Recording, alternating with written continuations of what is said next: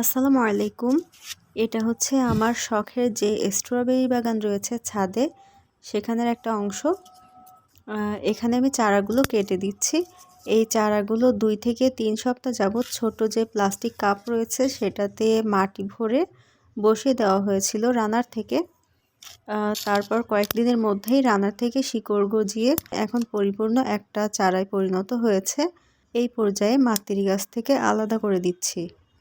এই কাপের চারাগুলো এখন যে কোনো একটা টবে বসিয়ে দিলে এটা নতুন করে একটা গাছ তৈরি হবে এবং সেখান থেকে আরও অনেক রানার বেরোবে। এখানে অনেকগুলো চারা গাছ রয়েছে, সবগুলো কাটা হয়ে গিয়েছে।